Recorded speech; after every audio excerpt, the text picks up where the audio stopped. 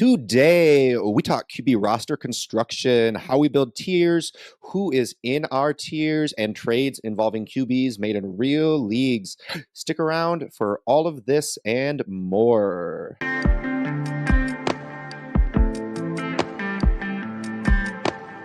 And welcome into the Dino Construction Podcast. I'm your host, Justin, joined as always by David and JP. We are ecstatic to be climbing towards 100 subscribers here on YouTube. Thank you so much to all of those who have subscribed. Those of you listening means more than the world. Feel free to hit that subscribe button. If you're there, we have some great content planned. With all that being said, we don't usually like to self-promote, but we're so excited.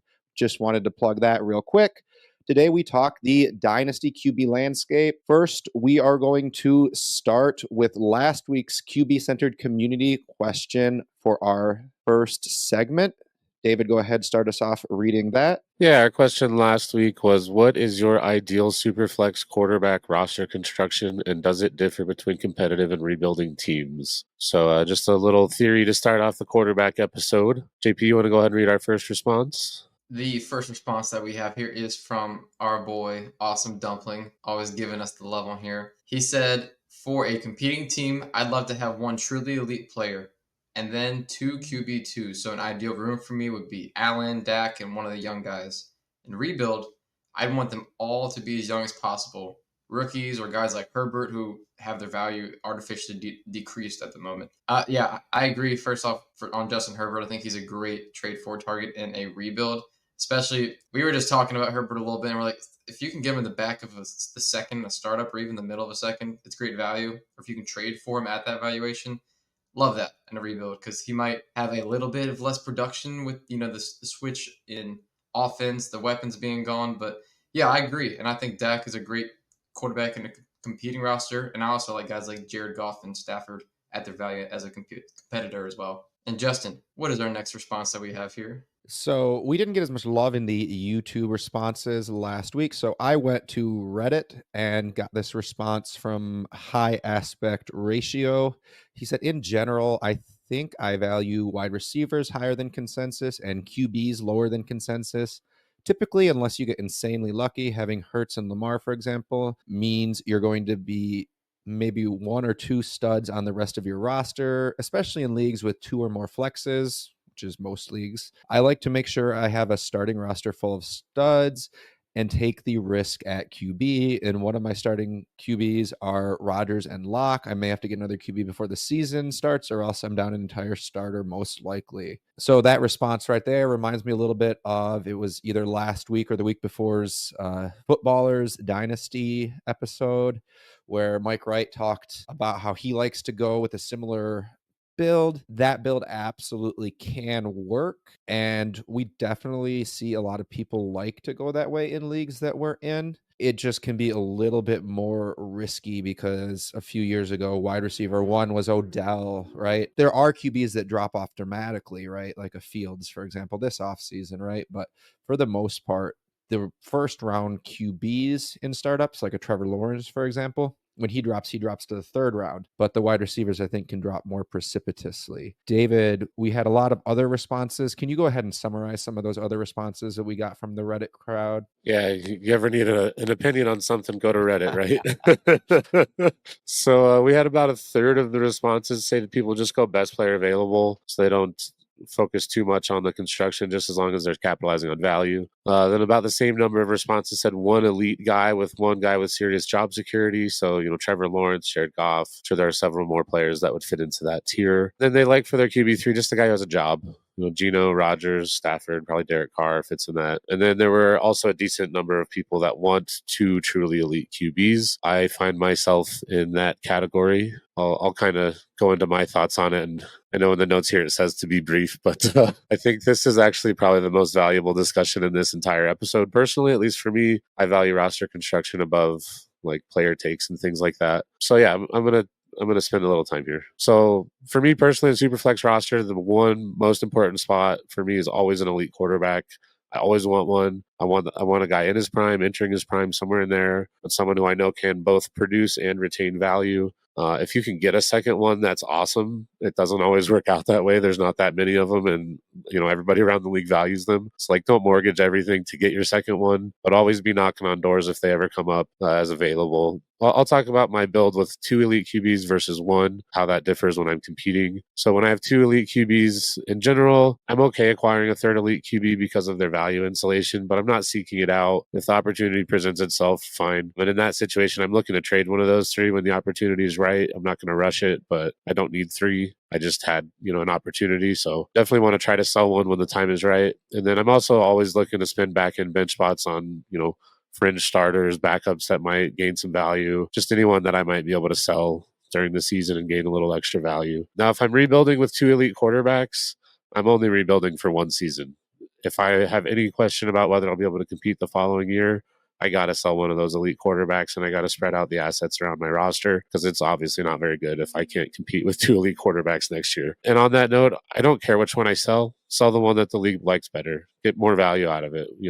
It's not important which one you keep. If I have a third starter, cool. If I don't have a QB3 at all, that's okay too. I'm not too worried about it. Just looking for value there. Competing is really easy. This is my favorite build for competing. If my QB3 has a starting job, like we talked about in the Reddit responses, that's great. And then if I can sell them later, cool too. I don't need a third quarterback necessarily. I just like to have one to plug in when I can. When you have 2 elite QBs, the rest of the room is not as important. David and I have 100% the same sort of philosophy here. JP probably shares a bit of it as well. 2 elite QBs. And when we're talking about elite, we're talking about like difference making guys or elite asset type of guys typically. So the guys who can win you a week, the guys with rushing upside, Lamar, Hurts, Allen, the guys who are going to hold value because they have the $250 million contracts and are young and they're sexy names like a Burrow, Mahomes, of course, those types of elite quarterbacks. And then, of course, guys that we consider to be in those tiers as well. I think it's important to define what you consider to be those elite quarterbacks and then try to get those types of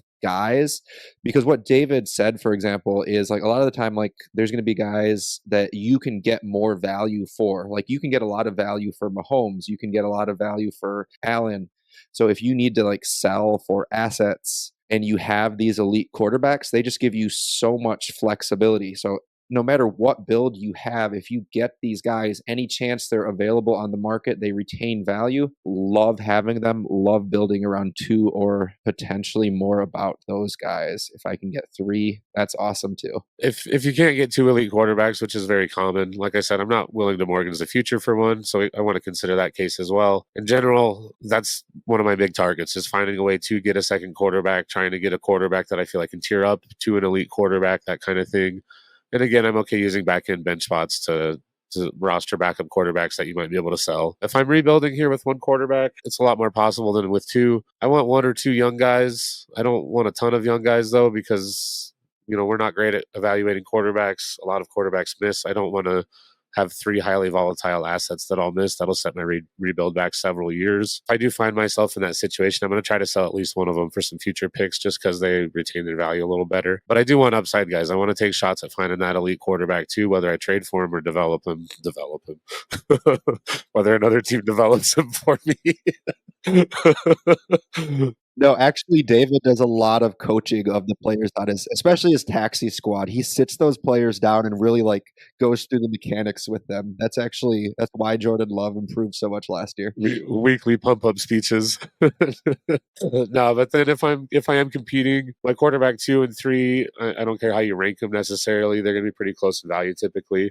I want one guy who's a veteran producer who I can count on plugging into my lineup every week. Then I do want a young guy if I can't afford to get Jaden Daniels, Drake May kind of thing. I still want a young guy who can gain value, who can develop, and has a little job security. But I care a lot more about the veteran producer if I'm competing because I'm going to start that guy every week. I kind of want to build on the 2 elite quarterback conversation. And I do think that if you have 2 elite quarterbacks, I think having a third quarterback on your roster, like I think it's pretty overrated because I got to get Derek Carr as my third quarterback because Josh Allen went down. I mean, is he really going to make a difference? If Josh Allen goes down, there's a good chance, that you're not going to win unless, you can pivot. Sometimes, you can move Josh Allen for Mahomes or something if the guy who has Mahomes isn't competing, and, maybe you throw him a piece on top. But if you don't have a third quarterback, don't feel like you have to overpay for one because those quarterbacks like Derek Carr, he could be jobless next year. So you'd be investing to an asset that could lose all value. And yeah, the backup quarterback conversation is pretty interesting as well. Rostering multiple backup quarterbacks, I kind of learned a little bit more from you guys because you see just those pieces, especially in like a rebuild. If I'm rebuilding, I want to hold a lot of backup quarterbacks because they're not going to be giving me any points towards my roster, not going to affect my rookie draft position. And all they need is the injury ahead of them. You can sell them for sometimes even a second round pick. Like Flacco, I mean, he kind of came out of nowhere. It's not the best example, but I mean, you could sell for at least a third. You can just get draft capital so easy that way. But it has to be the quarterback you're pretty confident is the backup. Drew Lock right now behind Daniel Jones. He's a good one. That's a good example. Maybe Sam Howell behind Geno Smith. These are guys that you know are going to be the players that step into the starting role if the starter ahead of them goes down. And maybe those guys even could, if the quarterbacks ahead of them play like crap, is there a path you guys think that those guys could play a little bit? Absolutely. I wouldn't be surprised if House starts most of the season. Yeah, it's not. So I love those guys specifically in a rebuild because you could sell them and they're not affecting your draft position. But I want to talk a little bit about rookie quarterbacks as well as the last thing I want to touch on. And we talked about it in a past episode, but they're pretty good bets to take a shot on rookie quarterbacks. Even guys like Kenny Pickett and Zach Wilson. These were guys who were not good their rookie year. Or any year. No, any year. They've never been good. But even after the rookie year, they even saw Zach Wilson saw a slight improvement in his value, and he was so bad his rookie year.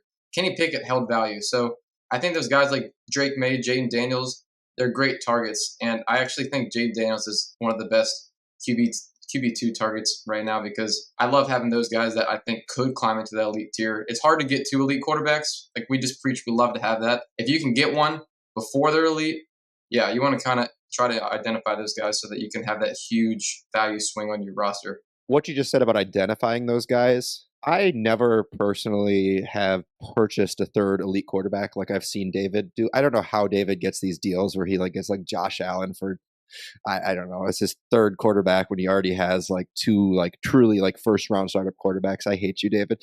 Hey man, you always got to be reaching out. Anyone ever says I am looking to trade Allen, reach out, man. I don't care what your position is. Just check in. I hear you. I should have. But the way that I typically try to go about that is I like to have those two elite guys. Like, for example, last year I had Mahomes, I had Burrow on one league, and then I took Jordan Love. I made sure to acquire him. This year, targets like that for me, a Will Levis, JJ McCarthy, of course, Bryce Young, guys that I don't know if this guy's going to hit or not, but I like to either have like my QB3 be a guy like that I could see really climbing up the ladder, or I couldn't care less. I want the least common denominator. If Daniel Jones is the least valuable quarterback in the league and I have Matthew Stafford, I'll see if I can get a third on top of Matthew Stafford. If I can trade Matthew Stafford for Daniel Jones in a third. I just want the cheapest guy, or I want somebody who I think has a chance, however narrow, to climb the ladder. Now, that being said, those guys that could climb the ladder, I'm not looking to overpay for those guys. And if I don't have a lot of value, right, I'm not looking to like make sure I have those guys and then I don't have a last flex position, right? I'd rather like liquidate Will Levis for a first, if I could Bryce Young for a first, unless I have the value. But for me, my personal thing that I love to do, that roster I had Love, Mahomes, and Jackson. I traded Mahomes for Burrow in a first, and then I traded Burrow for a first, Jonathan Taylor, and Bryce Young, because I consider Love to be kind of an elite quarterback. For me, what I'm looking to do then is just continually get that third elite quarterback and then sell whoever I can get the most value for. And for me, I take a little bit of a risk there, right? Love might not be considered an elite quarterback by everyone, but I think if you're willing to call your shot on what you've seen production-wise on a guy and say, I think this guy stepped up enough into that elite tier for me to feel comfortable selling whoever I can get the most for, that's how you can continually now, like then I traded him for Bryce, hoping Bryce can climb into that tier. If Bryce can't, then I'll try to shoot another shot next year on a guy because I have enough value on the roster. But you can continue having that value churn over the years, and I think that's how you can keep a roster just continually contending, is not by selling your future picks, but by trying to hit on quarterbacks that climb in value so much that you can then send the actually elite guys. So that's kind of my ideal roster construction strategy. That being said, David, why don't you go ahead and introduce us to next week's strategy community question? Yeah, so next week we're going to be doing a pretty similar episode as this one, except we'll be talking wide receivers. So we just kind of wanted to get the thought process flowing, get next week's episode started in a similar way. So we're wondering, what is your ideal wide receiver roster construction? Does it differ between competitive teams and rebuilding teams? What about different starting lineup needs, like 3 wide receiver and 2 flex versus 2 wide receiver and 3 flex? If you got any other scoring settings, lineup settings, roster settings, anything like that that you think are impactful to this question, please bring them up. Just let us know what your thought process is there with your wide receiver rooms. And Justin, where can they respond? Of course, you can comment in those YouTube comments below. Love to see those response at DinoConFF on X, Twitter, whatever you want to call it. All of our personal Twitter handles also on there if you want to just DM us or at us individually as well, at DinoConstructionFF@gmail.com as well, although no one's ever emailed us there yet. You could be the first. So definitely love hearing from you guys. Are excited to be able to start off with your responses again for next week's episode. That being said, we are going to move into tiers. We don't want to spend all of this time talking about our individual tiers. We want to do a little bit of a focus on how we build our tiers out. The tiers don't necessarily change that much for Superflex versus 1QB. Maybe we care a little bit more about high end rushing upside in 1QB, but I think this is still pretty relevant for you regardless. So David, can you give us a brief explanation of what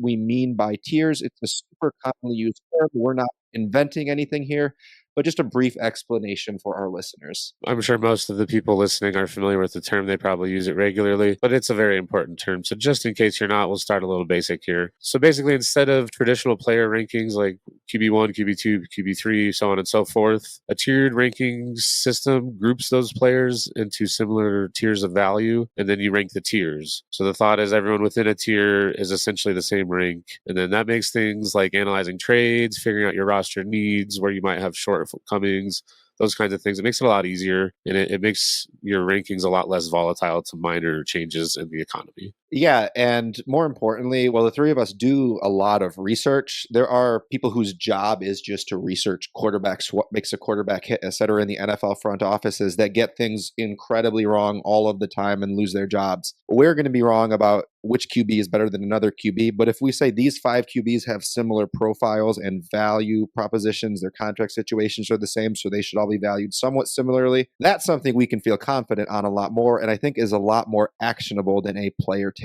With that being said, JP, can you tell me what are we looking for in this definition of this kind of first tier of quarterbacks? Yeah, we're going to be looking at those quarterbacks that we expect to be those top 5 fantasy quarterbacks this season, and also that we can project for them to have those kind of seasons for the next 4+ years without any questions about their job security in the near future. And David, can you go ahead and read for us that first tier? Sure. Big reveal time. It's just Josh Allen and Patrick Mahomes right now, guys.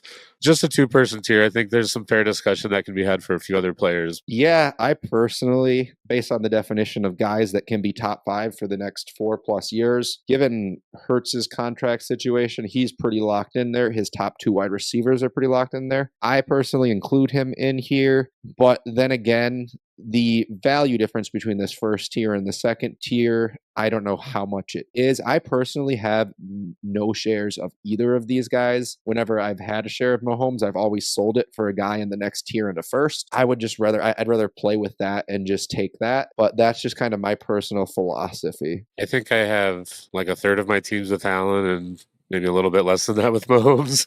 I don't have any teams with both. I've tried several times, but I'm a little different than you there. And, for me, like I understand Hurts in the conversation. I understand Lamar knocks on the door sometimes. If Stroud has another great year, he probably belongs in this conversation. But when I'm making my tiers over the last several years of doing this, at tier 1, it's Josh Allen, Patrick Mahomes, and then maybe some other people. Maybe this guy, maybe that guy. But it's always Allen and Mahomes, which to me says it's Allen and Mahomes, And jumping over to our second tier here, Justin, what are you looking for in these tier 2 quarterbacks to define this tier? Within that first tier of quarterbacks, I'm looking for the exact same thing, but without kind of that market value to a certain extent. I'm looking for guys that I think have the job security for 4+ years. They don't quite have the Superflex 101, 102 pick market value, but Lamar and Hurts have similar production, high-end production possibilities. Burrow type of guy. I have Herbert in this next tier, even though we don't as a group. I think they have top 5 upside for the next 4+ years. So I think it's very similar to the first year. We're looking for guys that we know are a starter, and there's no questions about their job security, and there's not any questions about, we would not be surprised if this guy has a really great season and is a top 5 quarterback 3 or 4 times in the next 4 years. Truly elite difference makers as well. There is one thing that I think I want to do some deep dives into that I'm curious on your opinion is the quarterbacks who are so touchdown dependent from a passing perspective. So Burrow, Herbert, how confident are we tiering them here, or a Stroud, of course, as well? How comfortable are we tiering the guys that can't rush here? Or do we think that those guys are likely to take more of that Herbert type of fall if they just don't throw the touchdowns? It definitely makes me a little bit nervous personally because they just don't have that floor on a weekly basis, so they could have those 11, 12-point games in a week, which, if that comes in the playoffs, that's really going to hurt you a lot. But you're not going to get that from a guy like Lamar or Hurts. I mean, it happens. It's just so rare. Yeah, I just think with Stroud and Burrow specifically right now, their wide receiver rooms, they both just got such a strong upgrade. I do feel pretty confident in them, especially if it's 6-point pass touchdown. I'm starting to get a little bit worried about the whispers I'm hearing on Burrow's wrist, but outside of that, yeah, these are guys that have been amazing quarterbacks in both real life and in fantasy when they've been healthy, for Burrow's case. And JP, since we've already named everyone, let's go ahead and just say all of those players again with the pictures on the screen. Who is in tier 2? Jalen Hurts, CJ Stroud, Lamar Jackson, and Joe Burrow. Yeah, these are the guys that we have in this tier. Justin mentioned he has Justin Herbert in this tier. We don't have it that way consensus-wise. And I actually have Anthony Richardson in this tier. I do admit, the job security isn't 100% defined yet, but I think he is that guy that he's going to be top 5 fantasy producer, based on what we saw with the wide receiver room he has and Shane Steichen there, the guy who made Jalen Hurts is, what he is today and what, defined that goal line role and everything. Yeah, I just think that Anthony Richardson, I expect him to be a top 5, top 6 quarterback this year as long as he's healthy. And I think he's going to enter this conversation, and he's going to be the youngest one in the top 3 tiers, actually. Yeah, and I'm excited to see you go a little bit more in depth on that in our standalone short form episode this week, JP, where we talk some of the more polarizing QBs, the harder ones to rank. That being said, tier 3, David, can you go ahead and just briefly define what we're kind of looking for in this tier? First, I do want to just say I think your definition and the size of your tiers should be very fluid. You should adjust when appropriate. It doesn't have to be every year. It doesn't have to be within years, but just don't be rigid with them, though I think some of these overarching points are going to stay the same tier to tier. Just some of the finer definitions might change. This tier, though, it's all about upside for me. These guys are typically young and inexperienced, or maybe they were previously elite and then had something happen. I guess I could spoil the whole tier, but basically, Kyler got injured. He's coming back from his injury. Is he going to regain the elite status? We'll find out. We got a couple of young guys in this tier that have the hype, but if they don't do it on the field, are they going to grow, and raise up in tiers? So it's all about upside for this tier right now. That tier actually contains Justin Herbert, Anthony Richardson, Caleb Williams, Jordan Love, Kyler Murray for us. Definitely all younger guys, all guys that could go up. A lot of exciting players here. I think that this is probably kind of, for me, what I define as that line for elite quarterbacks. Do you guys kind of agree that this is, when we're talking about 2 elite quarterbacks, what's on the screen right now is what we're looking at? Yeah, I'm glad you brought that up because I was going to say that too after this tier. When we're talking about having 2 elite quarterbacks, we typically mean 2 from these 3 groups. Yeah, no, I love this group because any one of these guys, I feel like could jump into having a top 5 finish this year. They all have the talent and the upside to do that. And honestly, it's funny. We had the conversation. Justin, you said Herbert you think belongs higher. I think Richardson does. And David, I think you said Kyler when we had discussions. You thought he deserved to be a tier higher. So yeah, I think this tier is a really great tier. And obviously with Caleb Williams and Jordan Love, we think that they're both very talented as well. Obviously, Caleb Williams, we haven't seen him yet. He's got the value installation as a rookie. He's got an amazing wide receiver core. And yeah, we could see him jump up too. So I honestly really, really love this tier. And I think it's the kind of players I would love to tier down to if I do have a Joe Burrow type, which I actually just did in the league. What a tier, man. We'll definitely talk about that trade as well later on, JP. That being said, we're going to move into a little bit of a murkier range of players, although there's still a lot of upside. JP, can you define what we're looking for in this fourth tier of players? Now that we're outside of that elite quarterback tier, these are quarterbacks that are either there's safe producers or they're rookies with high-end upside that carry, some moderate risk. But this tier, it has strong market value. Some of them have potential to rise to elite market value, or they have that high-end production to offer you, within the next couple of seasons. But yeah, I think these are players that they're great trade pieces right now that you can use either tiered up, or you can trade to a wide receiver or a running back that's going to produce a ton of points. And David, can you go ahead and read that tier off for us? Sure, I'd be happy to. So we have Jaden Daniels, Trevor Lawrence, Dak Prescott, Brock Purdy, and Drake May. So, like we were just talking, there's a lot of young guys that we think have a chance to rise. Lawrence still probably has enough on him that you could tier up into the elite range with him. It might be a little costly, but you typically need a pretty good quarterback to try and get up into that range. And then we've just got Dak Prescott sitting there out of place in age, I guess, but his production is just so good that it's not right to lower him any further, in my opinion. Yeah, you love having Dak on a competing team as a QB2 100%. If I have a competing build, I kind of view him as almost like in that elite tier of quarterbacks just from a production standpoint, just acknowledging the value's not quite there. The other guys here, I think, have a bit more potential market value, although this is the range where we start to see a lot more warts on the profile, another bad season from a couple of these guys, and we could see things go a little bit more sideways. There's some Twitter hate on some of these players, perhaps. Definitely exciting players to have. I love Jaden Daniels. I know that was mentioned by JP earlier. I think he's a guy that has that potential to be game breaking as well. You could make a case for most of these guys rising up a tier potentially. It's an interesting tier 100%. All right, and moving along to our tier 5, Justin.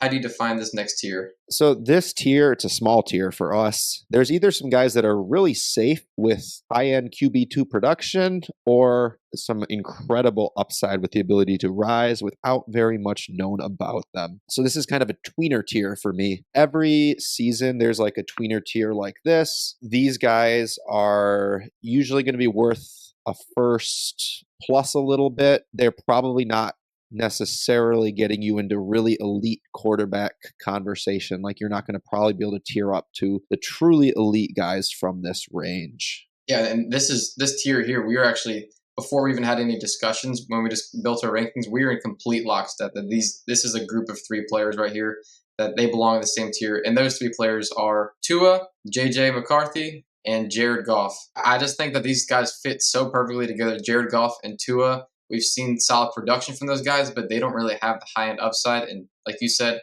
JJ McCarthy, he's that guy who could really rise in value. And I think he's a pretty good bet to hold in year 1. I struggled with maybe combining tier 4 and 5. That was my initial thoughts when I was going through this process. Then you take a step back and you look at it and it becomes a really big tier. And then you got to ask yourself, like, is Jaden Daniels really in the same tier as Tua and JJ? And in rookie drafts, we kind of said no. So, hard to say that they are now when we group all of the quarterbacks together. So then it really just became about which ones do I feel still belong in tier 4 versus tier 5. And like JP said, we all agreed on this tier. And I think I'm pretty confident that this is a pretty solid tier 5 here. Yeah, I think it's kind of the end of our confidence range as far as somewhere between solid production or solid value insulation. So that being said, now that I've said we're getting a little bit murkier, how do we define what we're looking for to separate the cream of the crop in the murky players that remain, David? This tier specifically, it depends heavily on how the first 5 have gone. In this case, we're pretty much looking at guys that have at least 1 year of job security in our opinions and have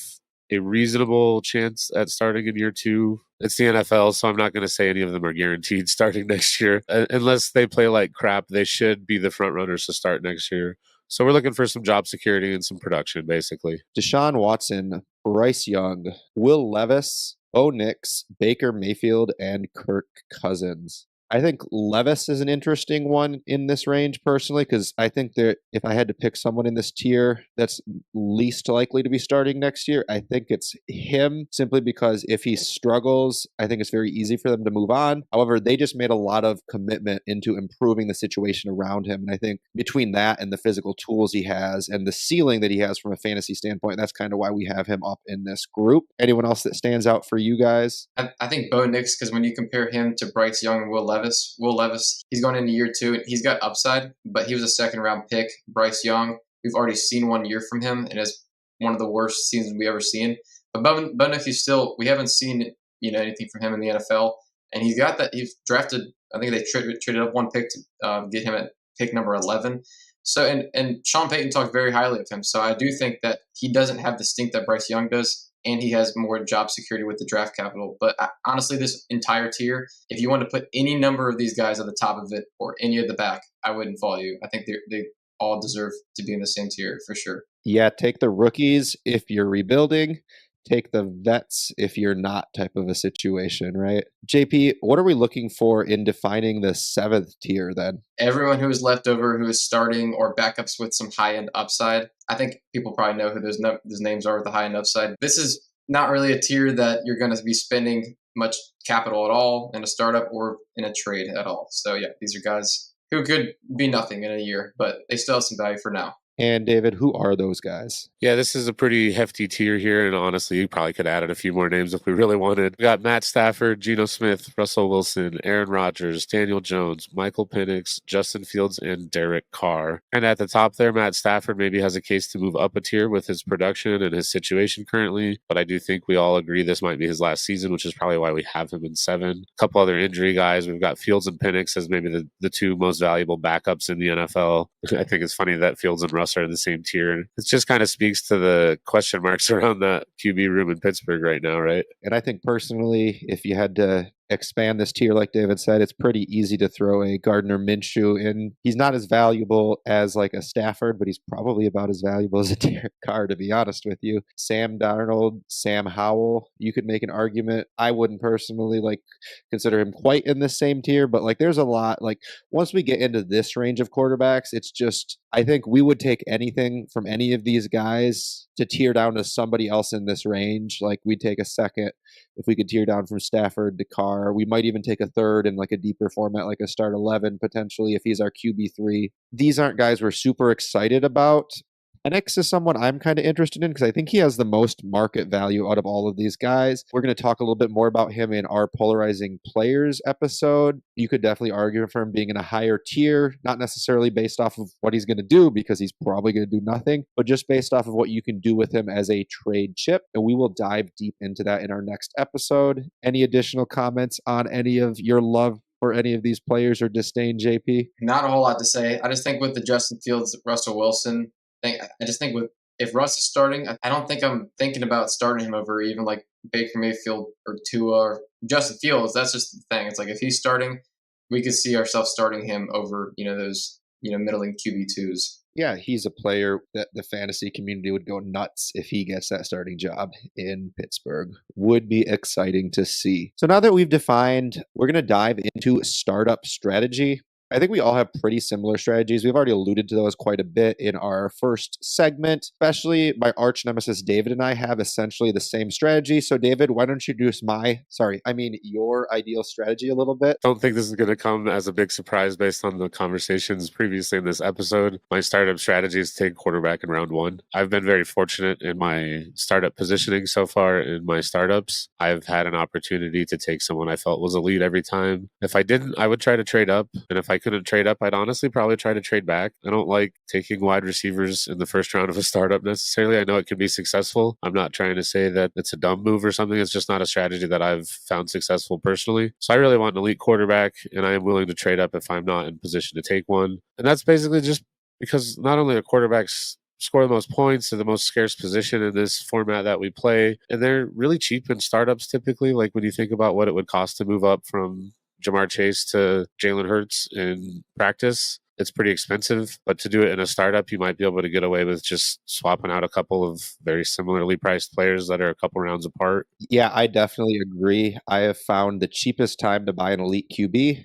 is in a startup. Later on, they get pricey. Sometimes the doors are shut entirely, but when it's just a pick, people have this idea, maybe I'll still get the guy or a guy that I want later on. So this is the time to do it. I agree 100%. So I did a little research looking at DLF May startup ADP between 2019 and 2024 for quarterbacks. I just kind of grouped them together in groups of 6. So QB1 through QB6, QB7 through 12. And we're looking at the top 24 quarterbacks. And then I looked at how the value changed from year to year within each group. Thought this might give us a little insight into positional value retention, things like that. We'll take a look at first the retained value column and the top 6 year 2 column. They're essentially the same thing. I'll put definitions for these variables in the description below. I don't want to bog down the pod too much, but I will put them in there because I think it's important if you're trying to analyze this on your own. We can see, though, that the grouping of the top 6 quarterbacks was by far the most likely to retain their value.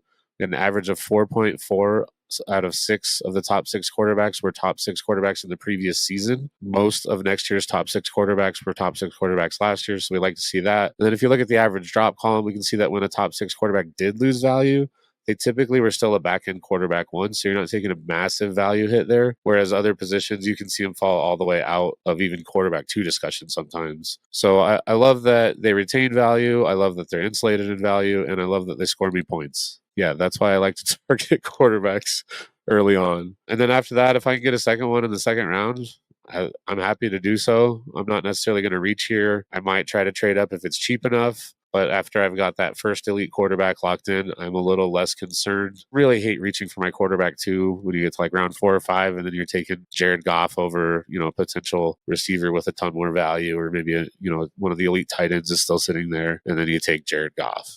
I think I took him over Trey McBride in a startup a while ago, and I felt horrible about it. So that's why I like to get my second one early, so I don't feel desperate anywhere. And then I'm okay being the first to take my QB3, but if my first 2 are strong, it's just about value. If I don't get a good quarterback 3, that's fine. If I do, great. Really don't care about leaving a startup with ideal roster construction because people like to trade after startups, and I like to trade after startups, confident that I'll get there by the time I need to be there. So it's just about value after the first 2. And JP, what's your startup strategy?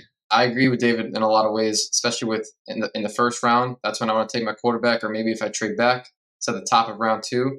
But it's like we talked about within those tiers. The first 3 tiers is where we see the elite quarterbacks. Personally, I love to be in that tier 3 quarterbacks right now.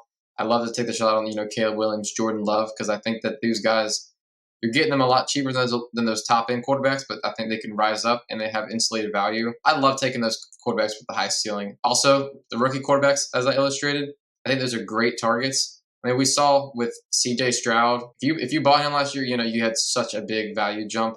And typically, Bryce Young he's more of an outlier than the rule. When a rookie quarterback has a bad year, they usually don't go down in value a whole lot. Like I mentioned with Zach Wilson and Kenny Pickett earlier. So I do love to bet on those guys in a startup.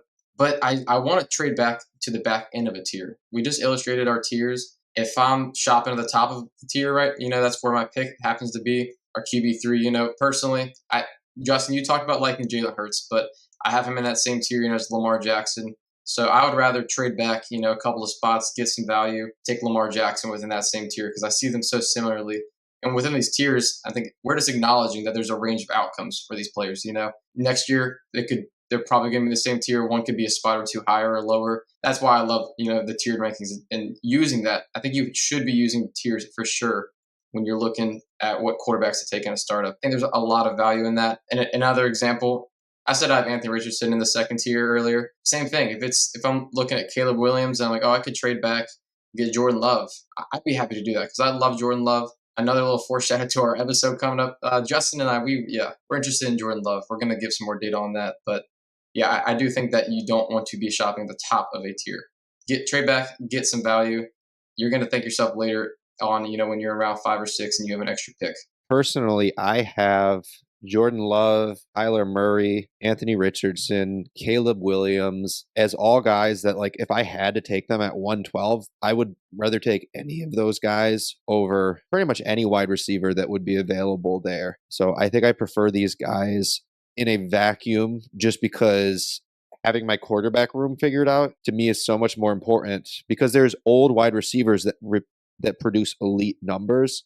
There's not really old, cheaper quarterbacks that you can get for like a first that are going to produce elite numbers. Like if a quarterback is producing elite numbers, we don't have that right now in the market. There's no Tom Brady, Drew Brees that's producing like up there that's cheap because they're old. It's not a thing that we have. So I'm almost always going to have 2 quarterbacks going out of the startup, perfectly fine trading back. And my ideal spot is honestly like I try to get like the 110, 203 to take like a Herbert at 110 because I'd have him at the top of the tier and he's usually available there. Although I might start evaluating trying to get him in the second because he's just sliding so much. And at like 203, if I can get Kyler, if I can get Jordan Love, any of those guys, like I'm smashing those guys right there because again, I think they're probably worth like a first round startup pick. I'd rather have them than the wide receivers personally. I know that you can build a build around those wide receivers that can win. I personally I'm all about figuring out quarterbacks and everything else I'll figure out later. That's the way I like to build my dynasties. If I have to figure it out, I know that I can because I've always been able to. So with the rest of my draft, I love taking more quarterbacks.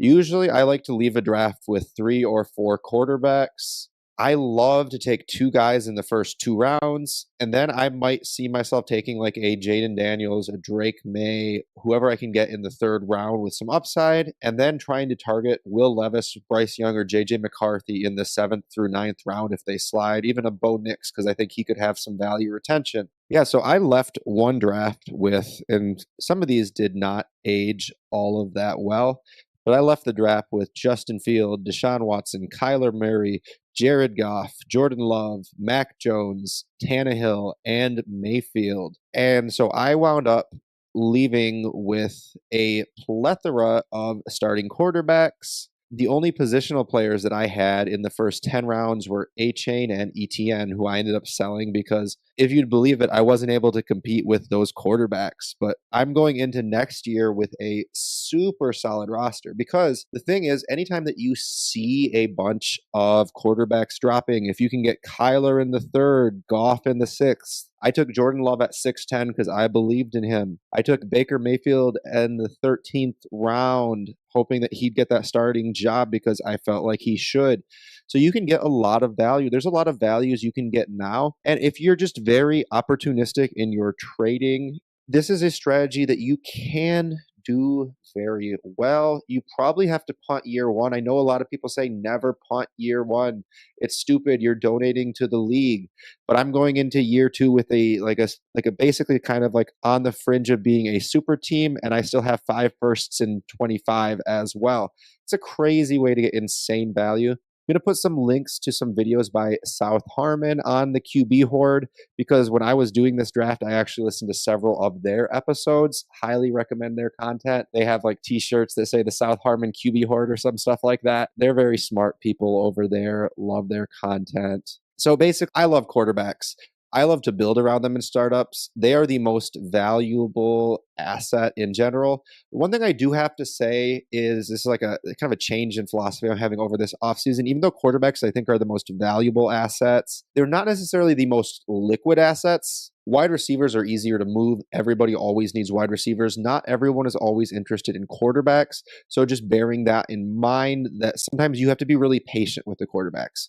If you draft a lot of quarterbacks, don't leave the draft thinking, I have to move these guys now in the next month or the next 2 months. Think, I have to move these guys eventually. Like, I can't have 9 quarterbacks forever. I don't want to be impatient. The league will come to you if you try this strategy. And you just have to be disciplined and ready to say, I'm not going to take a loss on this. I'm willing to give you a kind of fair deal, but I am the market. So it's a fun thing. Everyone should do it once. That's my opinion. So I just have a question for you. I've actually never done this, so it's coming from me, but I think it'll help the listeners.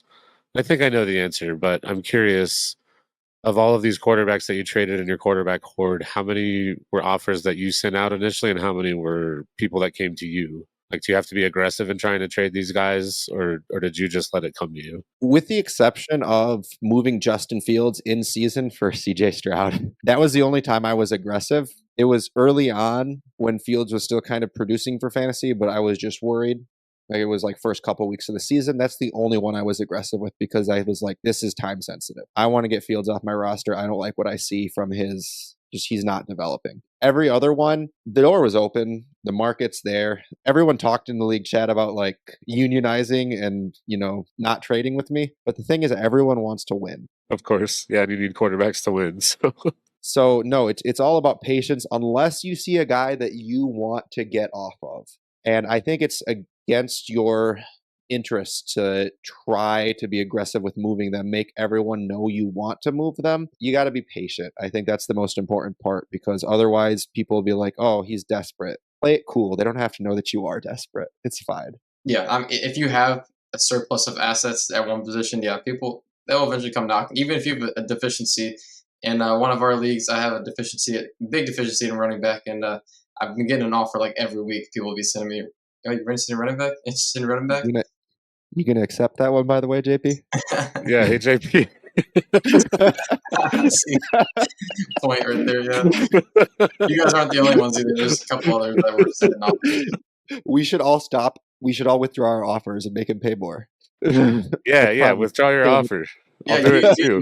You guys. So, speaking about trades, we're going to transition to trades we've made in our leagues involving quarterbacks. So, we are going to start off with one you have, David, in our Champions League 12-team start 9 half PPR. I traded the 102 and the 203 for Chase. 102 was on the clock, and it was going to be Caleb either way. That team, I already have Mahomes, Lamar, and Stafford on the roster. I also had the 108. So knowing there was a decent shot that the 108 was McCarthy, I didn't want to be in a situation where I had 5 quarterbacks. I feel like even 4 is a little excessive value, but I'm willing to take that in the offseason.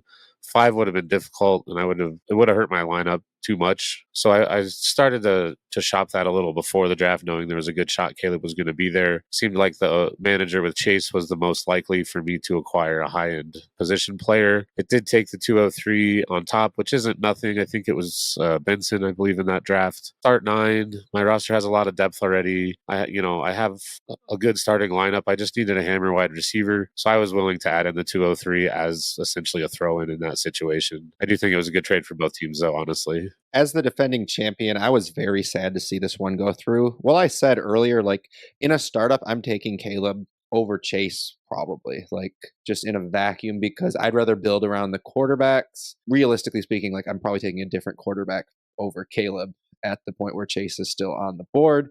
But that's kind of neither here nor there. I'm okay with, even though I have Caleb, I love Caleb, I'd probably take him over a wide receiver in a startup, adding to him to get Chase when you have that QB room. That's the thing about like these quarterbacks is they give you the access to whatever you could possibly want. And that's like the beautiful value of these types of quarterbacks, or the picks that get you these quarterbacks. JP, you have a trade in our Dynasty Degens League. Go ahead and tell us a little bit about that. Yeah, so in that league, I am a rebuilder. And as I've alluded to with Anthony Richardson, I love him. I've traded for him in actually 2 leagues. But yeah, this one I gave up Joe Burrow and a 25 fourth, and I got Anthony Richardson in a second. And that's because I believe Richardson's in that same tier as Burrow. I'm going to talk about him a lot more in our next episode, talking about the polarizing quarterbacks. But I just think that Anthony Richardson's going to rise into that tier. And if I can, this might not be consensus, but if you can move from within a tier down, 1 QB spot or 2 in ranking, and you can get a second or a first or whatever it may be, I'm going to take that extra draft capital here, and especially in a rebuild. I'm collecting like almost all the second round picks in that league as it is. So yeah, I want to kind of own that draft. But yeah, I just love Anthony Richardson. I'm a little bit worried about Joe Burrow's wrist. I want to talk a little bit more about that in a future episode. Fair enough. Definitely a tier down if you are a believer that Richardson is in the same tier as Burrow, so I can't fault you there. Justin, we've got a start 10 Superflex half PPR 1 tight end premium trade you made. It's a little in-depth, so why don't you go ahead and break it down for us? This is a large trade. There's 4 pieces on each side. I gave Lawrence, London, Dell, and the 212, and I got Kyler Murray, Higgins, the 108, and the 201. We were in trade talks for probably about 45 days involving this trade, and Lawrence and Murray were not on the table, and I don't think we'd have ever gotten a deal done. But for this guy, Lawrence and Murray were pretty much equal, but like we were just like talking through everything we could do to get this deal done. And for him, those 2 guys equal, and for me, Murray is easily a tier above Lawrence. I literally did this trade just to tier up off of those guys. The rest of the pieces I think are pretty even. I'm not sure. Higgins and Dell I think is pretty fair. The 108 versus London, obviously I lean London quite a bit there. The 201 versus the 212, the 201 gets you into elite stuff. I actually was able to move that 201 as part of a trade for a 25 first. I had to add like a 302 or something to it. I think for me, if you have the ability to tier up in a bigger package, Like, figure out where your league mates have these players. Have conversations with them about where do you value this player. People say don't talk in trades, don't talk in trades. But if I didn't figure out that this guy had Lawrence and Murray in the same tier, I wouldn't have known that I could get essentially a free tier up for me. Because like for him, it was just like a swap that we added it onto a deal I wasn't happy with, and it was no additional value for him. But for me, it's like not quite a first of value, but it's not that far off of a first in value for me. So know your league mates, talk with them. That's kind of my David and I talk about this all the time. So does JP. Have conversations, get to know people, build relationships, take advantage of differences. Yeah, sometimes you'll be surprised. Somebody's like, "Oh, you really like Jonathan Mingo still? Okay, yeah, sure, Jonathan Mingo for a future early, like a guaranteed early second round pick." And I was happy to do that tier down. So yeah, like you said, that was a surprise. Like, oh, you have them in the same tier? Sure, let's talk. I'm in the back of your head. You're pretty motivated. You don't want to show that. And this has been a little bit longer episode. We're going to wrap up with a rapid fire-ish trade segment talking from DynastyDaddy.com's trade database pulled from Sleeper, trades in actual leagues. I'm going to throw this one to David. Start 10, actually, for all of these. We have Stroud and a 25-second or Josh Allen. This doesn't make sense. Stroud's the QB1 in Keep Trade Cut. Yeah, that's crazy. Is that still true? I know it was at least recently. Either way, it shouldn't be true in my opinion. I'm taking Allen here. I would think about it if it was Hurts, just because he is kind of that fringe tier 1, tier 2 guy that we talked about a little bit. But 25 seconds not enough for me to move from tier 1 quarterback to tier 2 quarterback. They're just too valuable a position. Maybe if it was Stroud in the first for Allen in a second, we might be thinking. But yeah, I'm sticking Allen here. And JP, testing your resolve on A-Rich. Jaden Daniels and T. Higgins or Anthony Richardson still start 10? I saw it coming. I was like, oh, here it is. I'm getting the Anthony Richardson question. And like I said, because I have Anthony Richardson in that Lamar tier, yeah, I'm still going to take Anthony Richardson here. And I'm kind of curious, though, since I'm higher on Richardson, where do you guys fall on this? Because if it's one tier down, I could see T. Higgins making all that difference, but like I said, I have it about 2 tiers. I think Daniels and Richardson have very similar ranges of outcomes. So I would bet on Richardson over Daniels straight up, obviously, not even including the market. But man, T. Higgins is definitely enough for me to make that tier down personally. I'm on the same side as David there, especially in a start 10. In a start 9, Higgins is a lot less appealing. I probably still would take Daniels and Higgins and then try to turn Higgins into a first for the liquidity, though. Let's see if we're on the same page about Herbert and a 25 first or Mahomes. Yeah, this one's tough. I would need to scout the 25 first here. If I think it's got a decent shot at being early or at least non-playoff, I think I might take it. But man, the stink on Herbert is real. The drop in value is real. If he has an average to below average season this year, he may never be in the elite conversation again. So as I'm talking through this, I honestly think I'm going to stick Mahomes. Unless I feel like that's going to be an early first, then I'm not even going to think much harder. I think it's Mahomes. Interestingly enough, I saw this exact trade pop up 3 times in the first page of most recent trades involving Herbert and Mahomes. So this is something that's gotten done in a handful of leagues recently. JP, going to test your love on love now. Burrow or Love and a second. And this is a lot of parallels to the trade I made for trading Burrow and picking up a second to get Anthony Richardson. But this scenario, it's Jordan Love and Richardson. I have the same tier as Burrow. I don't know if it's enough for me to tier down to Love. I just think with Joe Burrow's market value, I think I'd need a little bit more person. I think I'd stick with Burrow just with the market value where it's at now. That's understandable. If I thought this team was guaranteed to miss the playoffs, I might go with this. I do love me some Love. Definitely a bold buy on Love. I think I'd probably want what David was talking about earlier, that 1-2 swap. If I could get a first, give back a second, I think now I'm a lot more interested. And so that wraps up our rapid fire trades. Thank you for sticking with us through this longer episode. We are excited to bring to you next week a similar episode about wide receivers. So if you're interested in that, please make sure to hit that subscribe button so that you don't miss when that drops. From all of us here at the Dino Construction Podcast, we hope this was as useful for you as it was for us. And until next time.